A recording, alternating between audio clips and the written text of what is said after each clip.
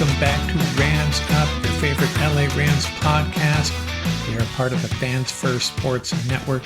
You can follow us on our YouTube channel as well at LA Rams Up. I'm your host, Mark. I'll be joined occasionally by my football gurus, Paul and Ian. Let's get to it. Hey, welcome back, everybody. Another Rams Up.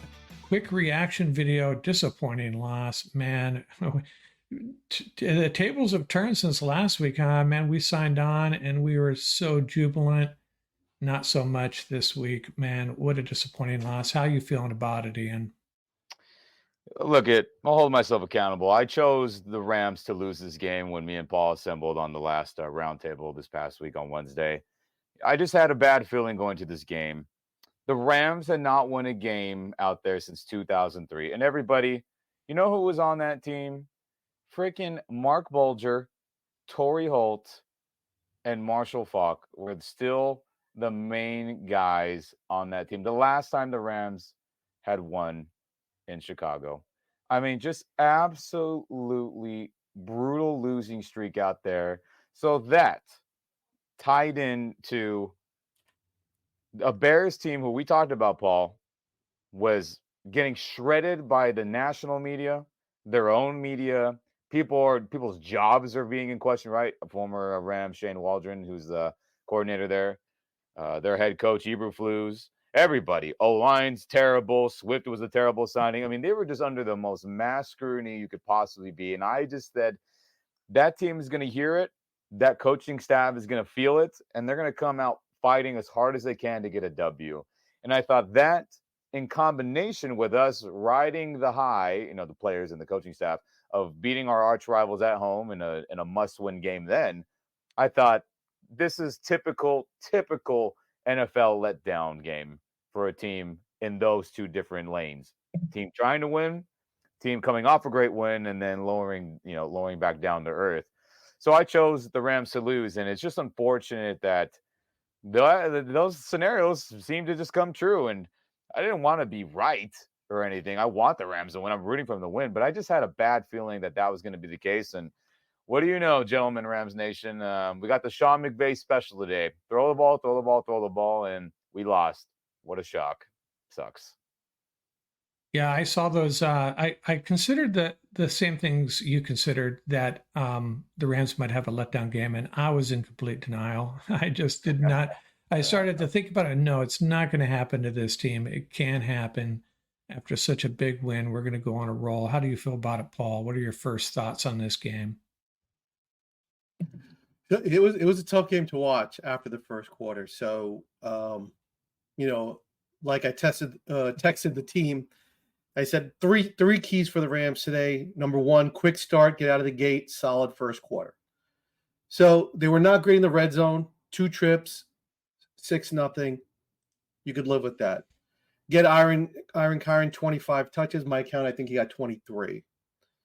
Dominate the Bears O-line and make their offense one-dimensional. They did not do that at all.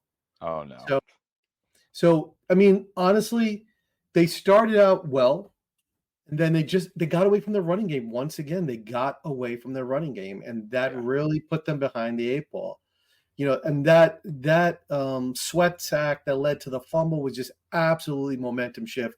And the Rams never really were able to recapture the momentum. And that really was the story of the game.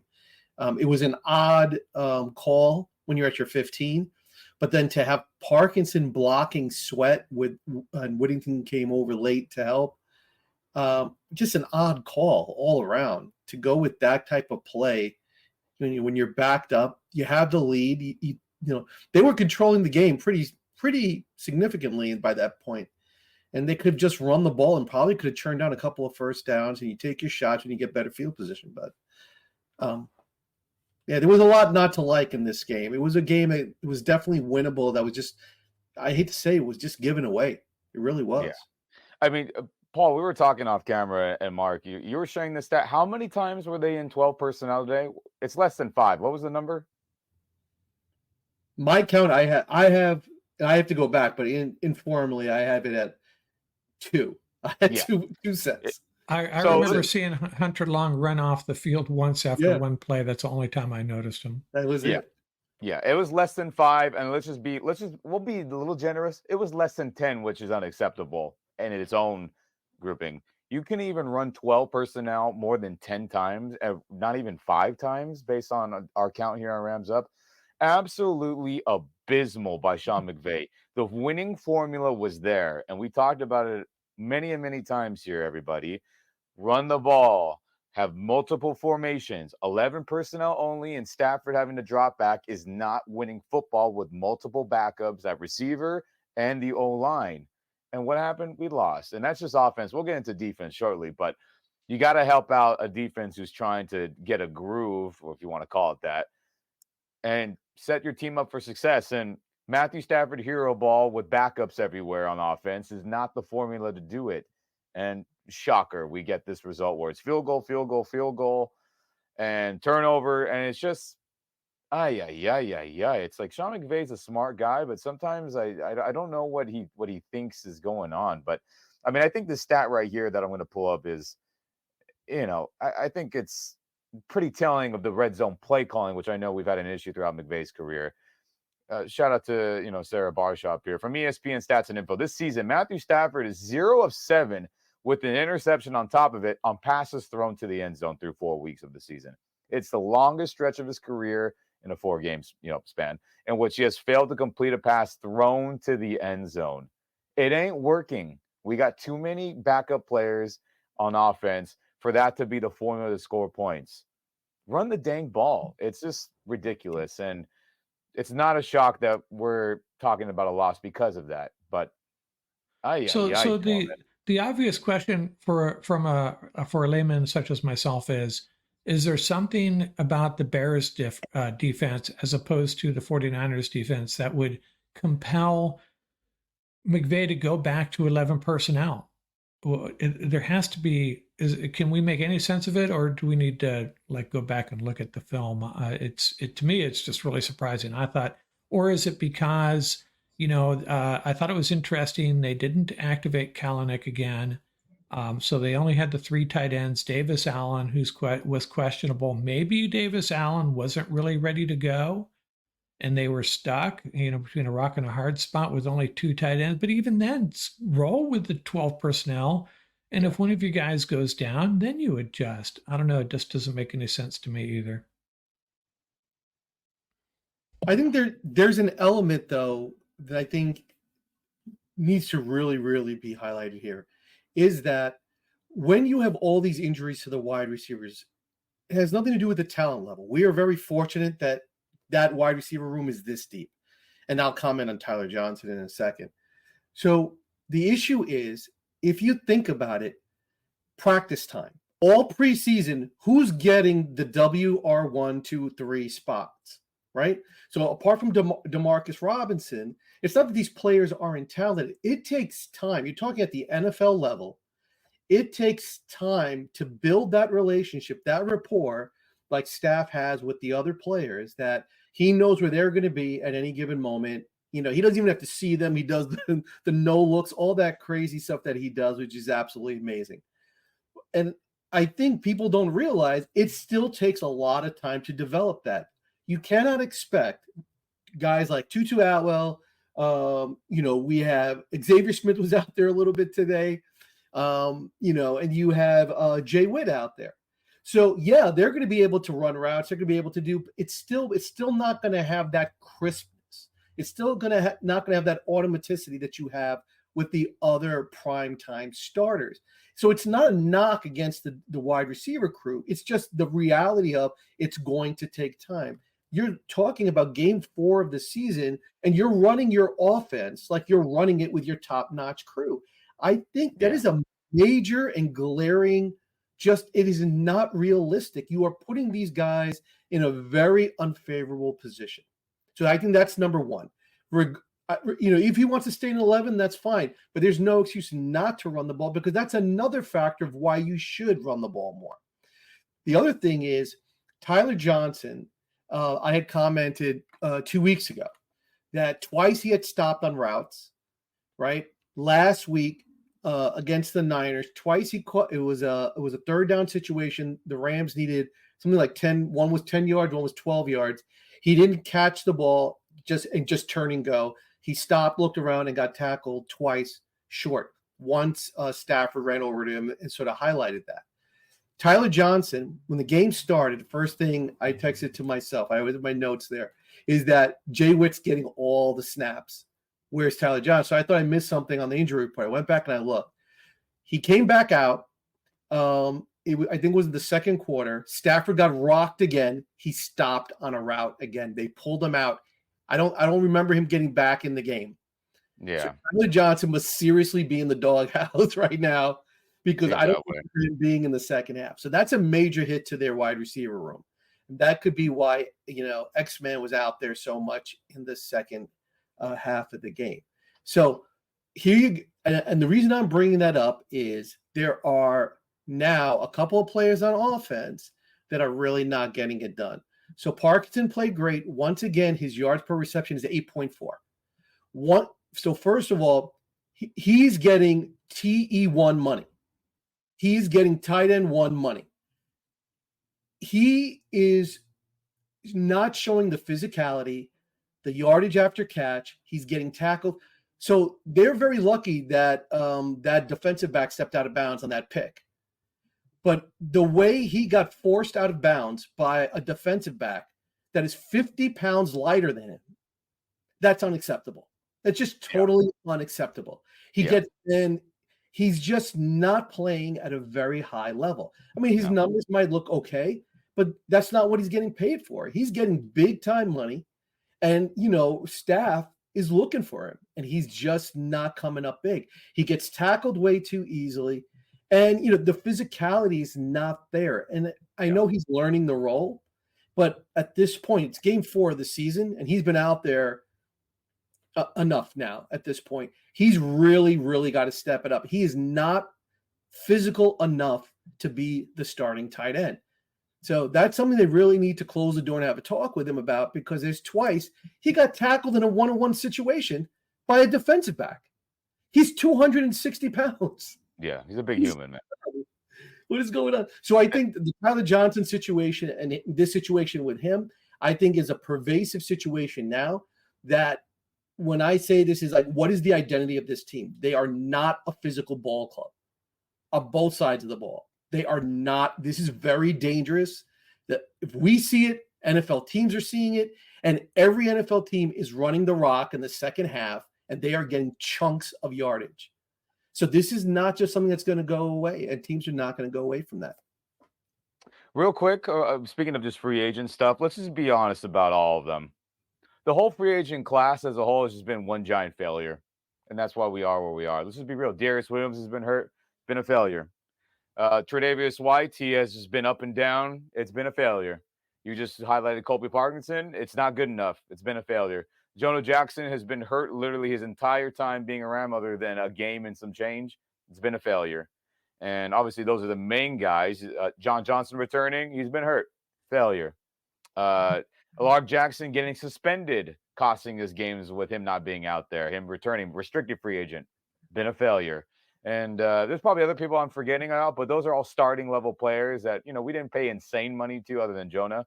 It's been a failure. Shout out to Kevin Dodson for working out, but 1 out of 7 of starting level players not performing to standards, whether it be an injury or whatever else, not good. And here we are, everybody, at this 1-4 start. But we'll get into defense, and that's its own separate entity outside of McVay's whack play calling. How do we feel about Cameron Curl? Is he jury's still out on that one? I couldn't think of him right now. I was blanking on his name. Same thing. It hasn't been good enough.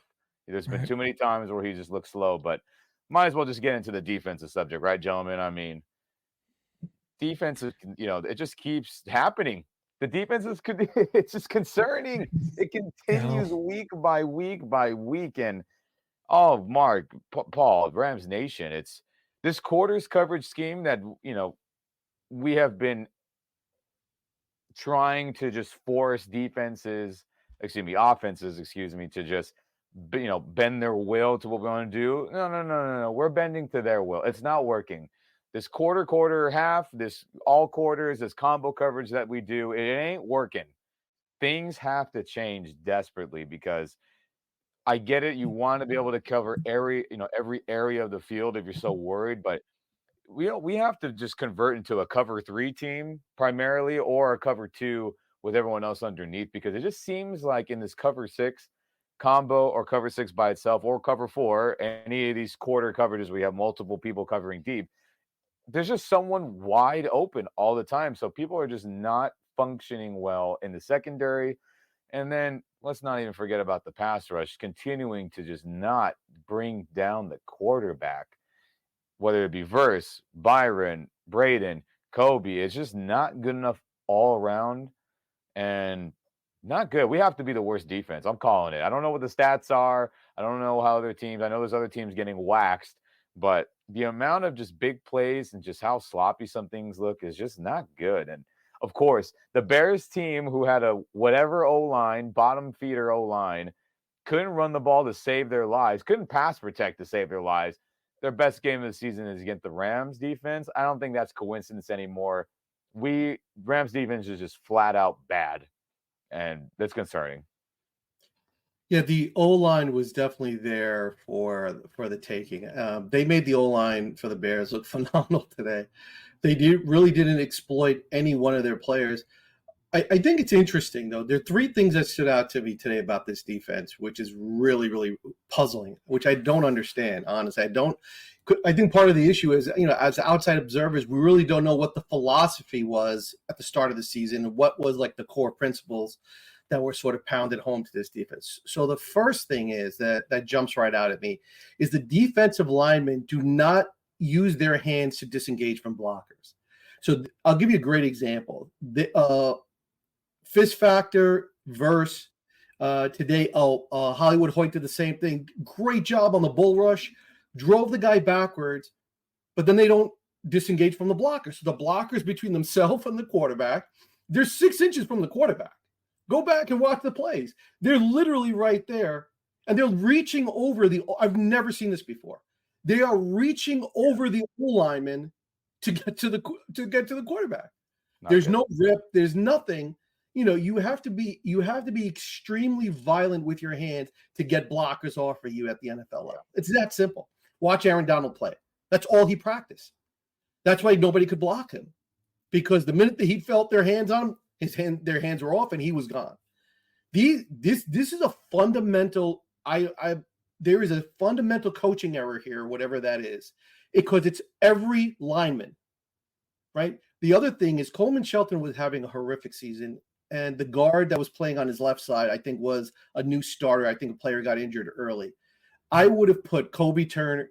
I would put the conductor right there and say, go blow up that gap on every play. And then every other play, I would have just blitzed somebody in the other one. And here's what I think is best. They only ran it. I got to go back and watch it, but twice it actually looked good. There were 2 plays where they had Hoyt, Bars, and they had BY on the field at the same time with 2 linemen. And they played a very aggressive. They went with 5, and that's it. When they are playing their cover 1, they are getting toasted. They are playing a very loose man. And I watched that play to DJ Moore again. They were playing a very loose man on that side, and they still got toasted. So there is something very wrong because that's a very short field. You're playing it in the red zone, and people are not even getting, they're not even getting bumped at the line. Paul, real quick on that, how are we getting out schemed where DJ Moore, their best receiver, is on a linebacker? Inside linebacker, like there's just really, really bad schematics going on, I believe, in game preparation, and it's just lack of execution. You can always say, if the players are executing, it'll work. Sure, but you got to custom tailor what you want to do to the guys that you have, and we're just a bad defense. I think that's just really there's no play recognition. There's no play recognition at all. If you go back onto the run defense, Reader and Roseboom, they're linebackers. You have to read your keys and go at the NFL level. You cannot. They're 4 yards off the ball. The ball is snapped. They're still 4 yards off the ball. Yeah, They're it's literally standing there waiting. So when they make contact with the running back, right? And Ian played running back. That's already 4 yards you gave the running back. oh yeah, So dude. it's just, and the entire D line is slow off the ball. So the ball is snapped. If you pause it, you will see all the Ram helmets are like literally on the LOS. They are not across the LOS. Yeah, So there's something very wrong. Either they're very tentative, they're confused. Definitely the linebacker situation is glaring. When you watch it, apart from maybe one or two plays in the San Francisco game where Reader, read the key and shot the gap, they are not. They are 4 or 5 yards off the ball, and they are standing there waiting. Whether that's by design, I have no idea. But that is why they're getting gashed. They're giving up, according to these stats, they haven't even been updated yet. They're giving up over 120 yards a game rushing. terrible. That's horrendous. They're not going to win many games like that. So Terrible. defensively, it's just a complete catastrophe at this point. And real quick, Yeah, let me share this real quick. I mean, isn't it time to really consider what the Shula hiring and just how bad it is? And also how bad of a job Aubrey Pleasant's doing, how bad of a job every secondary coach assistant, Giff Smith, the new D-line coach, linebacker coach, I'm blanking on his name. I'm just trying to just think about the top of my head here. Regardless, it's just Greg Williams, excuse me, inside linebacker coach. It's just a poor job from everybody. And let's just be honest about it. Chris Shula's never called defense, and there's going to be some bumps in the road. I get that. But it's about getting the guys ready to go and understanding the assignment and executing the best as possible and putting them in a situation to succeed. I'm not seeing it. And then let's just be real about Aubrey Pleasant for a second. And this was brought to my attention by some Rams buddies of mine who had, we were texting throughout the game a little bit when I had some moments to respond. And they were like, hey, remember when Aubrey Pleasant got fired because he was doing such a bad job with the Detroit Lions? That's how we ended Secondary, up back with the secondary. Well, I know last year there was a lot of up and down moments and there was more better play than bad. But here we are where it's just a complete mess. And is it shocking that a coach being fired for doing a bad job with his secondary and being burnt all the time, now coming back into the same thing seems to be happening? I mean, I don't think that's a coincidence, and that's unfortunate. And then obviously losing Coach Henney to USC, I mean, that was going to be a drop off. But Giff Smith, I mean, it's like, yo, man, we got to get these guys ready to go. Greg Williams, you got to get these guys ready to go. The inside linebackers, Shula, put them in a better position. I mean, this defense is just flat out bad, and it starts with coaching at the end of the day. It starts with them, and it trickles down to the players. So the team effort, but geez Louise, man. I mean, it's time. It's time. I don't know what the stats are going to be after 4 weeks. I'm sure in the next couple of days there'll be more analytics, but this Rams defense has to be off one of the worst starts in team history. It has to be. If you're a facilities manager at a warehouse and your HVAC system goes down, it can turn up the heat, literally. But don't sweat it, Grainger has you covered. Grainger offers over 1 million industrial-grade products for all your operations, including warehouse HVAC maintenance. And even better, they offer access to experts and fast delivery, so you and your warehouse can both keep your cool. Call 1-800-GRAINGER, click Grainger.com, or just stop by. Grainger, for the ones who get it done. Maybe we'll come back on the roundtable and address where the hope lies for this defense, where if it can turn the corner, getting D-Will back, some of the youngsters getting a little bit more experience, because I know, Tyler Davis was out there a lot. Maybe he's going to improve. Cam Kinchins, I think he has some, let's say, some errors in his game. Maybe he'll improve. And maybe they need to get some of those undrafted free agents in the rotation more. I don't know. I feel like our young edge guys are good. They're just not closing the deal. And hopefully the one thing we can hope for is they're just going to have a game where they just bust through and finally start putting the quarterback on the ground a lot. I mean, we did have 3 sacks and we lost 2 due to penalty. So we're getting close, but, and then they have to be impactful plays. We cause a fumble, Bears recover. We fumble, Bears recover. So, just not take, I think, Paul, before we started, what are the takeaway stats for this Rams team so far this year? 3 all year. 3. Yeah. I mean, that's less than 1 a game. That's fewer than Yeah. one. And you can't win. If you're only generating one interception in 4 games, that's really telling you that your pass coverage is a real liability. One interception in 4 games. So if you take a look at, and I love Caleb. Caleb is a beast. There's no question about it. His passer rating was 108 today. Okay. The guy's played, counting this, 4 games in the NFL, right? He was his passer rating was a 50, a 55, and an 80 coming into this game.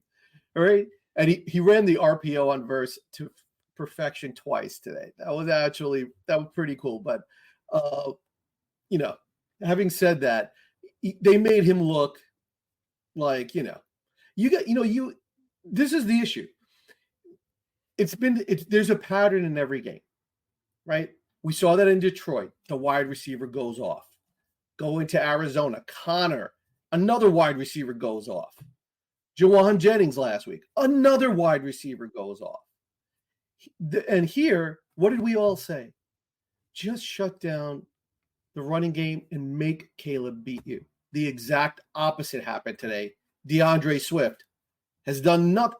The Bears were averaging 2.7 yards a carry with DeAndre Swift in the game prior to today. He goes off for a combined, what was it? Almost 140, a little bit more than 140. Terrible. I mean, there's a pattern here. It's like, number one, that they're not understanding, like, there has to be a focal point of your defense. Stop this player or whatever it is, their primary player. The Rams have not been able to do that. That's what I'm saying. There is it appears to me, right, as the outside observer, there seems to be a great deal of confusion on this defense, right? And the irony is, right, and we all read this in the beginning, right?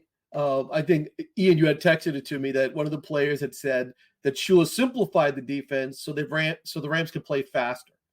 Does it look like they're playing faster? They're definitely not playing faster. John Johnson said that, by the way, preseason, training camp time. So it ain't working. It's a disaster. It's been bad.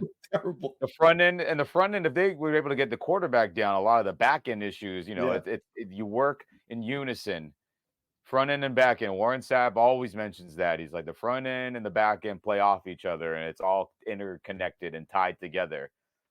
Quarterbacks just have all the time in the world, and they escape and they get great plays. And we've had the unlucky draw of Kyler,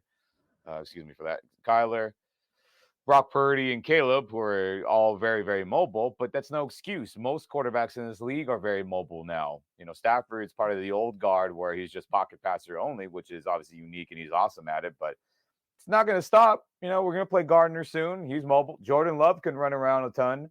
We play, Josh Allen later down the road. Aaron Rodgers looks like he can still move around. We play tons. We haven't even gotten to Geno Smith yet. We haven't even, we still got another game of Kyler and Brock Purdy, so it's not going to end. And if that doesn't get fixed, I mean, forget it. We got major issues, and that bye week can't come any faster to reevaluate and replan how the plan of attack for both sides of the ball. But defensive, obviously, One thing I will say, Q played a great game. Quentin Lake is just a rising star. He played a great game today. With all the chaos around him, he came up big. That stop where he came off the wide receiver Dunze was trying to block him, and then he stopped him for whoever was on that catch from getting the first down. That was just a great play. That just shows you this kid is a rising star. Played an absolutely phenomenal game. And and you're absolutely right. There's a lot of the pass rush. There's a lot of potential, but I really think they're going to have to go to that with Hollywood, Verse, and Monster Zero out there at the same time and really stand them up and if they want to be aggressive, that's the way they're going to have to do it. Because the other way, they are just getting nowhere. And it's really hurting the Rams defense because there's way too much time. I mean, regardless of the scheme, which I think is trash to begin with, but the D-backs, the D-backs they're at the mercy of the quarterback. They're at the mercy of the quarterback. Yeah, man. Let me try to put a little bit of positive spin on it. That's my role here. Okay, so we're 1-3. We lost to the Lions in overtime. Got hammered by the Cardinals, embarrassing. We pulled off this incredible win against the 49ers, and then we kind of lay a dud in Chicago. And I would propose that if we don't turn the ball over at our own 16-yard line, our defense might have played well enough to actually pull out a win there. I mean, it was actually a close game. We gave away 7 points, and then just really sucked in the red zone. So, yeah, it's not a good position to be in, but hey, if we can get to 2-3 at the bye, I mean, it's possible, right? If we can get to 2-3 at the bye with all the injuries and what this team's been through, a really young team, I'm just saying I'm not giving up hope on this team quite yet, as challenging as it may seem at this point. You got some more stuff you want to share, Ian? Yeah, I mean, just in that vein of that subject matter, I mean, so we'll do recent history first. Shout out to Sarah Barshop here. Since the NFL went to a 17-game schedule back in 2021, not that long ago. Shout out to the Super Bowl champion year. That was fun. There have been 25 teams, excuse me, to start 1-3. Only 3 of those teams have made the playoffs. 2021 Steelers got annihilated in round 1. 2021 Patriots got annihilated in round 1. 2021 Eagles got annihilated in round 1. So history's not on our side for the recent history. So there's that. Okay. And then shout out to Blaine here, who is does good stuff for Turf Show Times and is a Rams media member here. Only 42 teams that began 1-3 have made the playoffs since 1970, when the AFL and NFL merged together a long time ago. Season isn't over, but need a lot of urgency next week against the Packers. If they fall to 1-4, it might be too big of a hole to climb out of. And he's absolutely right. So based off those 2 stats, that Blaine provided, Sarah provided, it's not over, but history is not on our side. So you're saying there's a chance. There is, but I mean, a lot of wholesale changes need to happen. And we just highlighted a majority of this reaction here that things are just a mess. And a lot of things need to change for that even to be a possibility of turning this thing to a winning season and then even just getting into the playoff tournament. But man, oh man, oh man. And one more thing here. We'll share this one from Roberto Clemente, Twitter X user who is a Rams fan who does a lot of good graphics and is an unofficial media member, in my opinion. McVay area. Oh, we lost Ian. But that's a very telling stat that he was showing. What he was showing Ram Nation was over the last 3 years, the first couple of weeks, the scoring totals have been very, very similar. So I don't think that's attributed to just all 3 years the Rams having the same set of injuries, right? They had injuries that 22 season. 23 season, they were a young team, and then obviously we have our injuries this year. I think what it's really saying is that the league has adapted somewhat to McVay, and that McVay needs to realize that McVay needs to change things up a little bit, right? That's the way I look at that stat, right? When it shows that scoring for the last 3 years are pretty similar. Power Eye, you back? Paul picked it up for you. There you go. All right, Power Eye, go ahead. I don't know if he can hear us. Can you hear us, Ian? Every time I see... I guess so. There was like a power surge in my place here. You okay now? No, I said I had a power surge here at my place. So yeah, I think I am. I'm back, but that was a power surge. I was like, what is happening right now? And then I'm going to go off on a tangent. I'm going to go off on a quick tangent like I do every episode. Every time I see Roberto Clemente, my all-time starting 9, Willie Mays in center, Roberto Clemente in right. I'll just say that right now. You imagine? Yeah. So underrated. What would you have? What were you going to say, Ian? Anyway, maybe the Rams they hear us talking bad about them, so they shut off my power for a second. They're like, "Don't share that stat." But Kroenke was like, "Shut him down." Yeah, probably. They're like, we know where that guy's at out there in LA. But anyway, this season is equally as bad scoring through 4 weeks as the disaster 2022 season. So we're on a dark path offensively, and we'll see what happens. But got to run the ball, got to be more disciplined with the run game. The same stuff we talk about. Run more formation variety. Don't just keep it 11. And defense has got to just have serious schematic changes. But we'll see. We'll see. Today sucks, but I did expect it, unfortunately, just based on all the factors we talked about earlier. Yeah. Yeah, Yeah, the and I early. think what. Oh, sorry, Mark. Go ahead. Go ahead. No, go ahead. And It's all right. I think that's the key point. I think Ram Nation. It's obviously the Rams started out, what was it, 3-6 last year, still, and then went on a run. They went on an absolute tear, right? And they made the playoffs, right? With a less than stellar record. And the new setup, right? You can have like a less than stellar record and still make the playoffs. So I think the core issue is that you can't keep giving games away. Eventually you reach a point of no return. So this was a winnable game. They gave it away, right? We saw like a pattern developing with this season. Like that has to be corrected at some point. So here are the positives. The positives, number one, that stood out to me was Aaron Kyren was just, in my opinion, early on was just killing them, right? And they went away from the running game, particularly in the red zone, and that cost the Rams because their red zone efficiency rate is absolutely abysmal. That is what is killing the Rams in the first 4 games of the season. You can have a bad defense and still win games 35-31. That's okay. But their red zone efficiency is so low. Think about that. You need for every 1 touchdown, 7 points. That's 3 trips you need if you're kicking field goals. It's simple math. You can't win that way. Let's just say if it's 7 points, that's 3 trips in the red zone you will need to overcome that 7 points. So that's the major issue. So that's number one. Ronnie Rivers is giving quality reps when Aaron Kyren is not in there. We saw that today. That stretch zone, he did a great job getting that first down. He's picking up blitzes like an absolute beast. So the combination of those two, they have to start riding them. I will stand by this. Aaron Kyren needs to touch the ball 25 to 27 times a game. You have to ride him. We're not saying he can make it through the whole season if you do that. That's not what we're saying. But you're in a rough patch right now. You need to rely on your stars to win ball games. It's that simple. So that's number one. The physicality of the offense has to be highlighted. And that is why you have players that are not fighting for extra yards because it's a very finesse offense right now. And Kyren Williams is getting frustrated because they pulled him out after that screen and they put Rivers in, obviously, to keep him fresh. You saw how he was on the sideline. That is the first time I've ever seen him show that kind of emotion. He was pissed. He's like, I just got into a rhythm. I just touched the ball 4 or 5 times in a row, and you're pulling me out.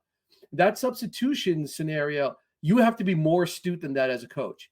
That is not, you're moving the ball. You got a red hot player, and you're pulling him out. That makes no sense to me. That jumped out at me immediately. Yeah, that Blake Corum, what a waste of a 3rd-round pick that was if he's not even going to get on the field. It doesn't make any sense. It's like all these deficiencies everywhere. It's like, what was the point of that?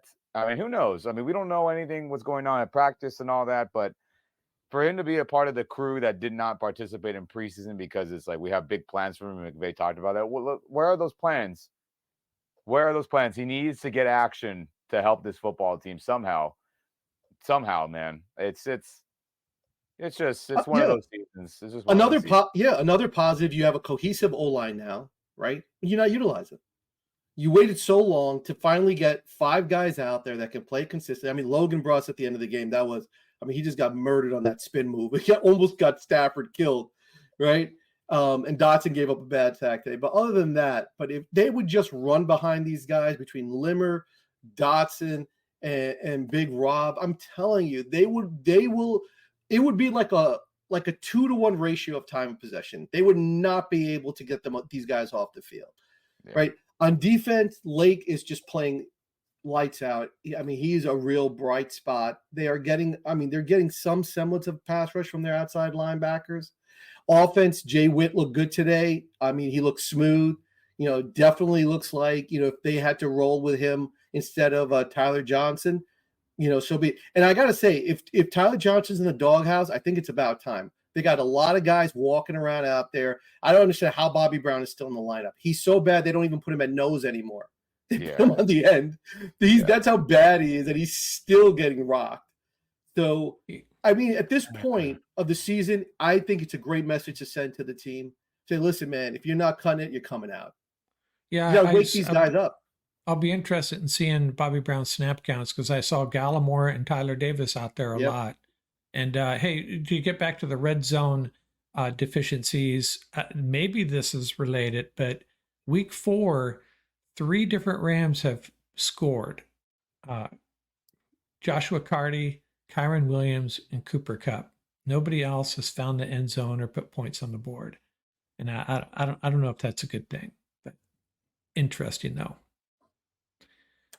So yeah, it gets back to the quorum thing. Yeah, I totally agree. I see him standing there on the sideline, and I was like, why isn't he getting any snaps at all? And not to take anything away from Ronnie Rivers, because I think he has played well.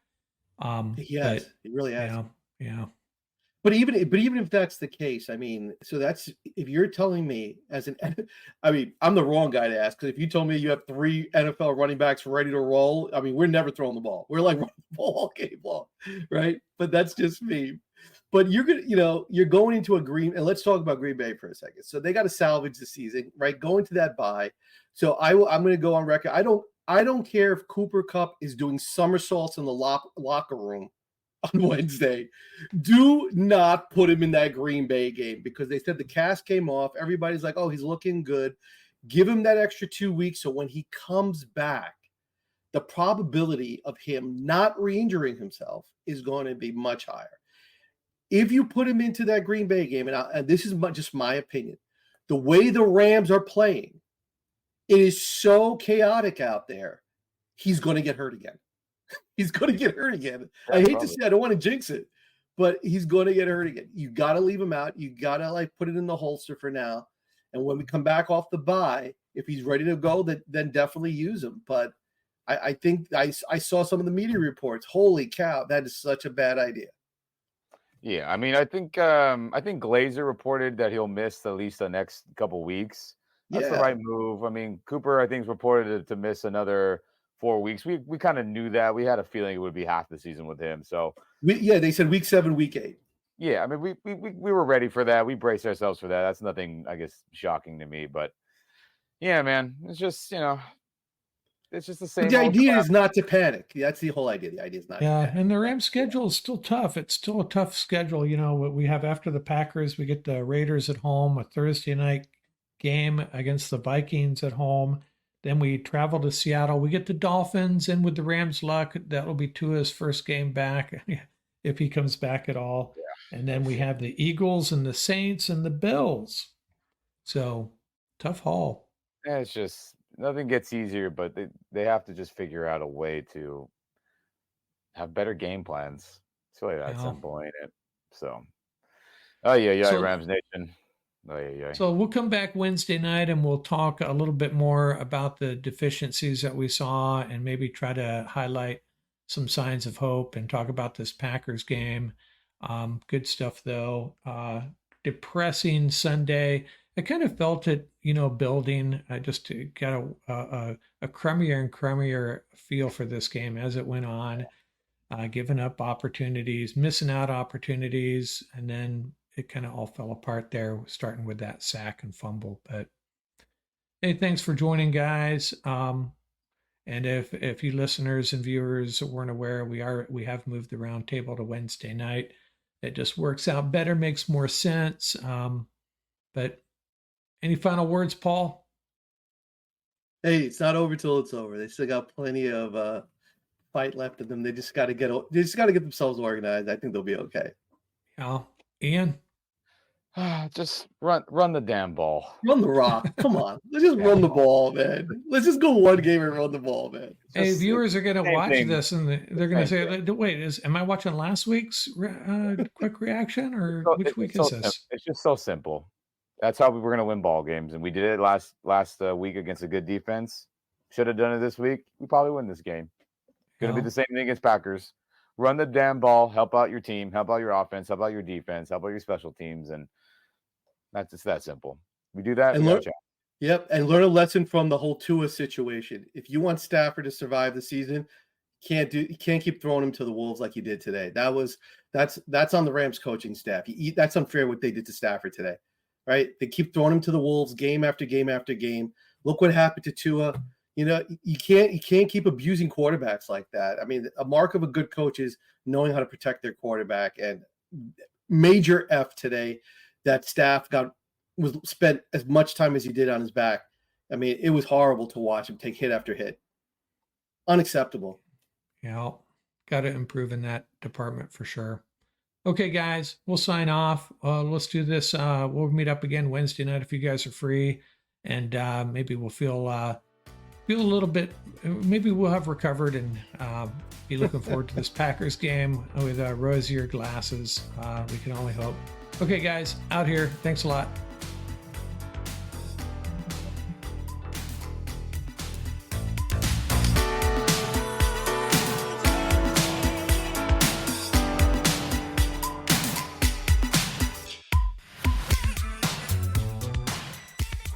That's going to do it for this episode. Remember, you can reach us at ramsuppodcast@gmail.com. And don't forget about our YouTube channel. Our handle is at laramsup.com. Till next time, keep the horns up, stay safe, and have fun out there.